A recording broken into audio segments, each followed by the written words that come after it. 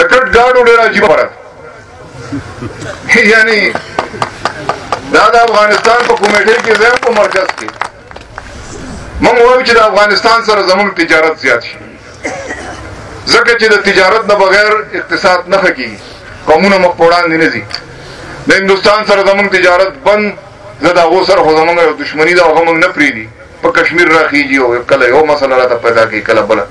خو د افغانستان سره تجارت زموږ 1400 کیلومیټره کمیله بارډر دی او ځای په ځای پې د صدو راسې تجارت کېده نو چې موږ وایو تجارت په کار دی نو په اسلام آباد کې چې کوم زموږ افسرشاهي ده هغه وایي نه که نه دا خو سمګلینګ کېږي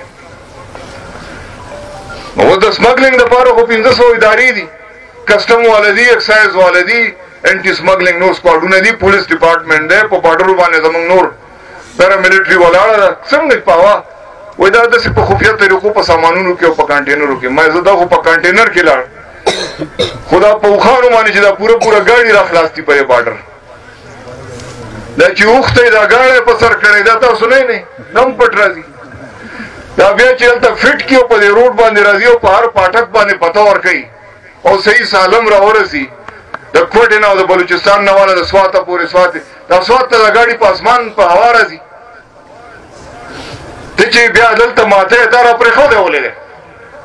ته یې هلته ولې نه منع کړې او ته چې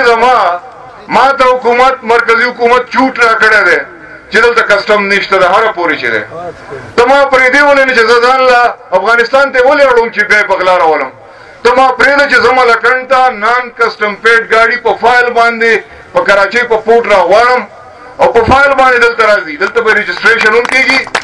دلته ورته خلک اکسایز هم ورکوي دلته به ورته نمبر هم میلاوېږي د غلا ګاډي به پکې ختم شي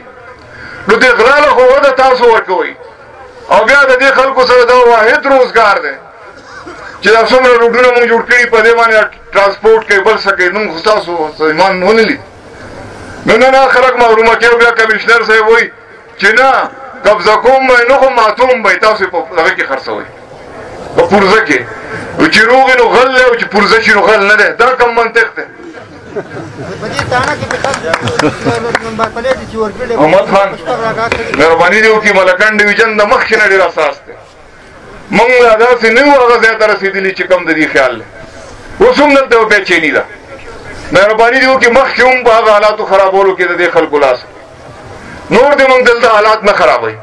که دې اوس سمګلینګ منع کوي په هوا نه راځي په دې سټل کې په دې روډونو راځي هلته دې منع کوي دا شته چې څه راغلي دا دې خلکو ته پرېږدي نور موږ نه دي پکار